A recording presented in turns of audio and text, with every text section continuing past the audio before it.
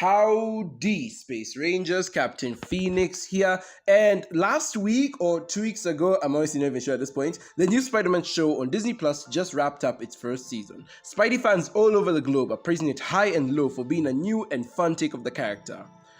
But of course, if you know me, you know I gotta be a bit of a contrarian before calling it a top 3 Spidey show. I mean, to be fair, I've only seen like 4 Spidey shows in total, including this one, but that's not the point.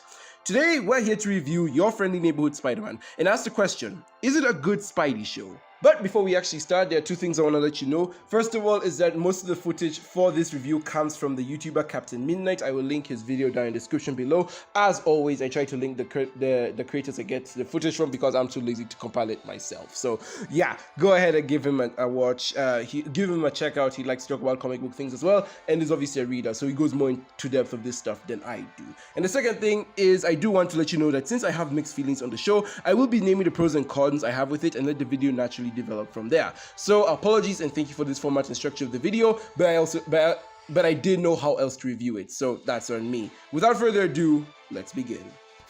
Let's start off on a positive note and talk about my biggest praise for this show, and that is the fact that it feels like its own universe. Despite being based off the MCU, I felt like I was watching a different comic series come to life. It gave me Invincible vibes with how they really want you to get invested in this wacky world. There was an episode where Norman Osborn was talking to Thunderbolt Ross about the events of Captain America Civil War, and despite me having already watched the movie, I genuinely wanted to follow the drama of the Avengers and see how they would resolve things without Thanos forcing them to in this universe. There are so many characters, stories, and background events that I want to follow and get immersed in. And to extend that point, I guess I should say that I really appreciate the fact that this show feels like an actual TV show and not a drawn-out kind to pieces movie. I know that's a low bar for Marvel, but I really like how this show is so secure in itself and its future. Not only are the episodes somewhat self-contained while building to a larger narrative, but these narrative threads aren't all tied up at the end of the season. There's actually a plan for bigger stories down the road, and I appreciate the confidence with this model as seasons 2 and 3 have already been confirmed, with season 2 coming out next year. This is a perfect TV model. Now, let's talk about my biggest issue with this show, the animation. Now, I know criticizing the animation, especially in more mainstream products, is always a tricky subject, but since it's literally the thing I'm looking at for the duration of my watch, I have to mention it. Plus, this is a Disney product, so they have no excuse for lackluster animation. This might be a hot take, but I hate the animation in this show. It's not 2017 levels of bad, but I can't really say I love it. I never got used to it in the 10 episodes we have so far. Don't get me wrong, it doesn't look awful or anything. There are some wide shots or images that go hard, like this look at the city in episode 1. Or the different comic book panels that start off each episode. These perfectly translate to me what the animators wanted. My issue is when they start to move. It looks so weird whenever the characters talk. And heck, while the fight scenes are the highlights of the show, some of them are janky as frick. The issue with this show is that even though it's cel-shaded, there is a distinct lack of shading here. This plays into a bigger problem I have with how Disney just doesn't seem to know how to animate Spider-Man. Ultimate, while it had good shading, also had stilted action scenes. 2017 was more fluid, but it lacked all the shading, lighting, or textures. Friendly Neighborhood just doesn't know how to move properly. And don't even get me started on how they thought this guy looks like Tom Holland. I don't get it. This is the same studio that made X-Men 97. Was it really too much to ask for animation of that quality? Or heck, just make it regular 2D with proper shading. I would have been fine with that. Anyway, while I'm not a fan of the animation, I can at least say it's unique, which I guess is a point for this show. And while we're here, let's talk about the character designs. I fully understand that this show wants to go for the more classic comic look and therefore make as many character designs as close to their comic counterparts as possible. For some, it works. I like how Norman and Peter look, but for others, it really feels like they don't fit. Doc Ock, Iron Man, and Scorpion all look like they're not from this show. The designs are accurate, but don't fit.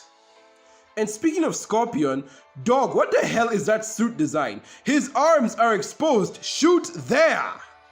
Okay, positives. Let's talk characters. Lonnie. Lonnie is the MVP and best character of this show by far. I love his understandable and tragic fall to becoming Tombstone. When he threw away his school jacket in the finale and we get to see his grey fingers, I was both saddened yet filled with respect. I really hope they develop him more as he becomes the big man of crime in New York. Scorpion is an absolute menace in this show. I am so glad we finally got a good TV version of the character who actually feels like a threat and is treated as such. He straight up kills people and draws the fast on-screen blood in the series from Spider-Man. Him being Peter's first major defeat feels so right. Episode 7 is hands down my favorite episode of the season, mainly because of him. Yeah, there's other good things to be found here, such as the plot lines all converging and the world building, but Scorpion hard carries everything. Freaking put Michael Mando in the spotlight already, MCU! But now let's talk about the main character himself, Spider-Man. Peter himself is pretty alright, not great and not bad. I like how his story is something different while repeating a lot of the familiar plot beats. Yeah, we get the spider bite again, but we don't need the whole figuring my powers out phase or the miscommunication drama. The show knows what to cut and what to keep. And unlike 2017, I love how Peter isn't going to a school where everyone is a genius like him. The show manages to have its cake and eat it too by having Peter be surrounded by smart people at Oscorp but with normal, relatable kids at school. It's a nice dichotomy that I welcome. I also like how this universe isn't too mean. In the first episode, Peter sees the good in a robber and tries to sympathize with them. And in the finale, after he reveals his identity to Nico, she covers for him in class. There is actually a lot of friendliness in this show.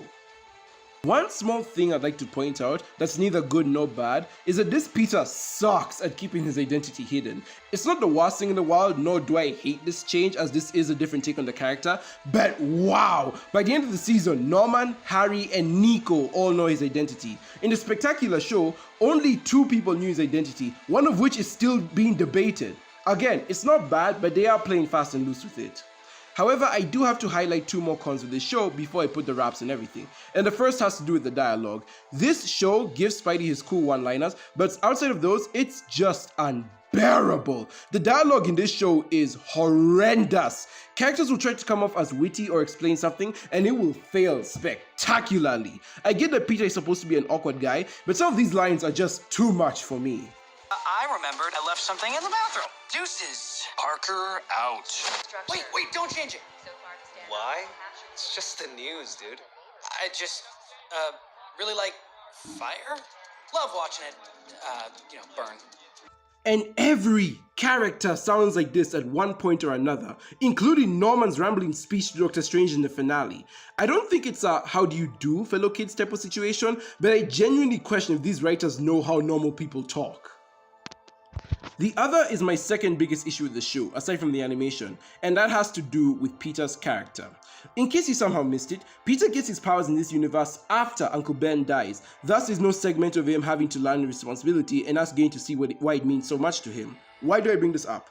Well, that's because this show does focus on responsibility quite a bit and the weight Peter carries because of it. We see him and Aunt May have a conversation about it after his defeat from Scorpion, and Nico brings it up again in episode 9. However, there's a big glaring wrench that will surprise no one, not even the writers seem to have noticed, and that there is no origin for Peter's sense of responsibility in this show. In traditional Spider-Man stories, Peter gets bitten and uses his powers irresponsibly. His recklessness is what ultimately leads to getting Uncle Ben killed, and Peter spends the rest of his life repenting for this. If he gets his powers after Uncle Ben dies in this universe, where does he learn responsibility? What is his reason for helping people? Why does he constantly put his personal life on the line for others when he has no reason to carry that weight? Why not apply his powers to something else that could help Peter's life? You'd have thought the episode where he talks to Aunt May about it would have answered those questions, but it doesn't. The best we can find in the context of the show is that he's just a really good guy, which I find hard to buy when he risks so much. This show is good and all, but removing your hero's primary motivation for why he does things is just something I can't look over. Overall, Your Friendly Neighborhood Spider-Man is a step in the right direction for the wall crawler. It's so far the best Disney Spidey show at the very least, just managing Ultimate's quality and leaving 2017 in the garbage where it belongs. I have faith that the writing, story, and characters will improve in season 2, and I really hope the animation does grow on me, or at the very least they find a way to improve it for a better viewing experience. At the end of the day, it still feels like a Spidey show, and it's a good place for newcomers to know the webhead. It's really not the worst outing for the first Spidey show in 6 years. And so for all those reasons and more, I give this show a 7 out of 10 for now. Check it out if you like Spider-Man. Anyways guys, that's gonna be all from me today. Tell me, what do you guys think? Am I too harsh on Your Friendly Neighborhood, or am I fair in the little nitpicks I have? What did you think of the show? Let me know down in the comments below, and as always, let's have a discussion. Thank you guys so very much for watching. Be sure to like if you like, subscribe if you haven't already, hit the notification bell to be part of the team, slap a cow, leave a comment down below, and with that, I will see you in another universe. Goodbye, my Rangers.